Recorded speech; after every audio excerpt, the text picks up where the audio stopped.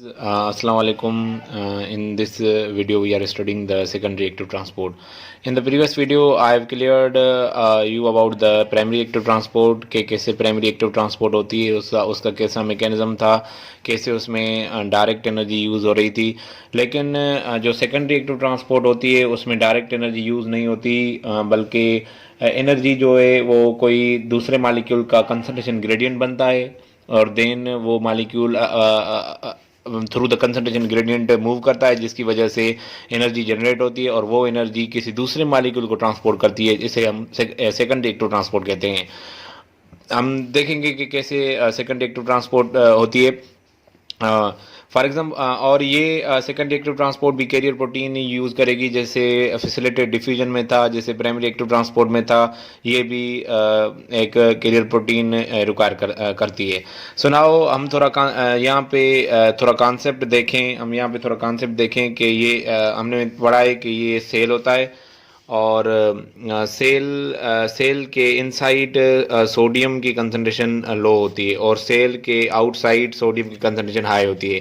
So sodium का concentration gradient है, किससे सोडियम बाहर से अंदर की तरफ मूव करेगा. This is the concentration gradient for the sodium. अभी जो ये कंसंट्रेशन ग्रेडियंट सोडियम के लिए स्ट्रॉन्ग कंसंट्रेशन ग्रेडियंट है बाहर से अंदर. अगर इस सोडियम की कंसंट्रेशन ग्रेडियंट से फोर्स से कोई दूसरा मालिक्यूल सोडियम के साथ अंदर अंदर ट्रांसपोर्ट हो जाए, इसे हम सेकंड एक्टिव ट्रांसपोर्ट कहते हैं. फॉर एग्जांपल सोडियम के साथ हम ग्लूकोज ट्रांसपोर्ट करते हैं, सोडियम के साथ हम अमीनो एसिड ट्रांसपोर्ट करते हैं. तो ये अमीनो एसिड ये ग्लूकोज सोडियम जब अपने कंसंट्रेशन ग्रेडियंट से मूव करेगी तो इन मालिक्यूल को भी अपने साथ ले आएगी और देन सोडियम वो वापस जाएगी और ये मालिक्यूल हमारे सेल में अंदर पहुंच जाएंगे. This is call secondary active transport. ऐसे ही कुछ मालिक्यूल वरी ये तो अंदर आए, कुछ मालिक्यूल अंदर से बाहर जाते हैं, जैसे कैल्शियम होती है, जैसे हाइड्रोजन आयन होते हैं, तो वो बाहर से अंदर जाते हैं सोडियम की वजह से कि सोडियम जब अंदर आता है अपने कंसंट्रेशन ग्रेडियंट की वजह से तो दूसरा मालिक्यूल कैरियर प्रोटीन से बाइंड करता है और वो बाहर आता है. तो हम ऐसे देखेंगे कि कैसे ये होती है. सो नाउ इसके जो ऐसे कैरियर प्रोटीन यूज़ होगी और कैरियर प्रोटीन अगेन अपनी कन्फर्मेशन चेंज करेगी. हम एग्जांपल जो है इससे समझते हैं और इसमें हमें और ज़्यादा कॉन्सेप्ट इंशाल्लाह क्लियर होगा. So now the glucose and the glucose. Now the sodium glucose. हम अभी ग्लूकोज को सेल में अपटेक करवाना होता है. ग्लूकोज को सेल में अपटेक करवाने के लिए हम सोडियम यूज़ करते हैं. एक फिगर दी हुई है जिस फिगर में से मैं आपको समझाता हूँ. गाइडन में ये एक फिगर दी हुई है. अभी यहाँ पे देखें कि ये कैरियर प्रोटीन है. ये एक सारी कैरियर प्रोटीन होती है और जो ये बाहर वाला एनवायरनमेंट है ये इनसाइड एनवायरनमेंट है.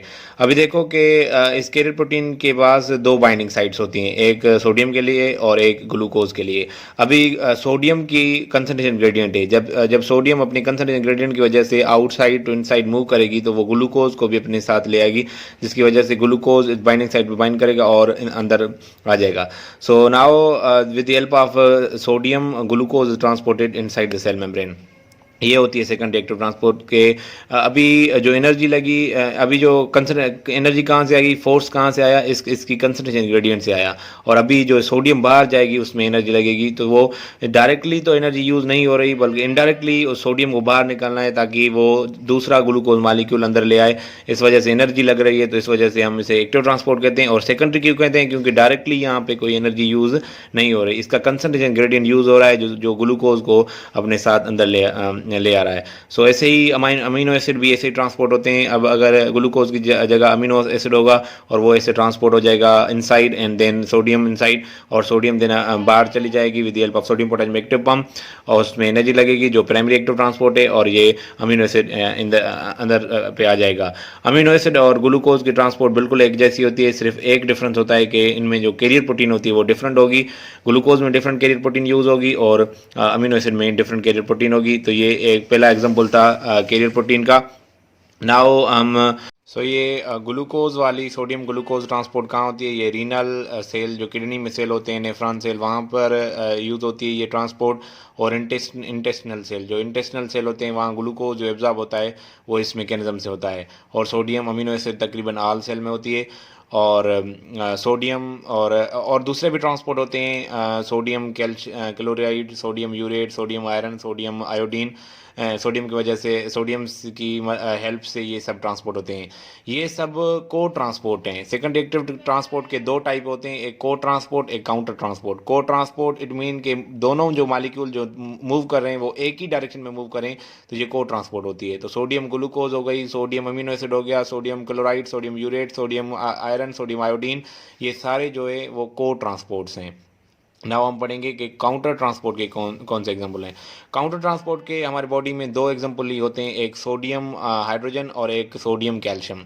सोडियम हाइड्रोजन बॉडी में कहाँ पाई जाती है? Usually PCT, proximal converted tubule of the, जो नेफ्रॉन का पार्ट होता है वहाँ पे जो सोडियम की एब्जॉर्प्शन रीएब्जॉर्प्शन होती है, और हाइड्रोजन बॉडी हाइड्रोजन जो है यूरिन में डिस्कार्ड होती है, सीक्रेट होती है। जो प्राइमरी एक्टिव ट्रांसपोर्ट में मैकेनिज्म था वैसे ही उसके सिमिलर होता है, बट थोड़ा डिफरेंस होता है। सो ये वहाँ पीसीटी ऑफ द नेफ्रॉन में पाई जाती है।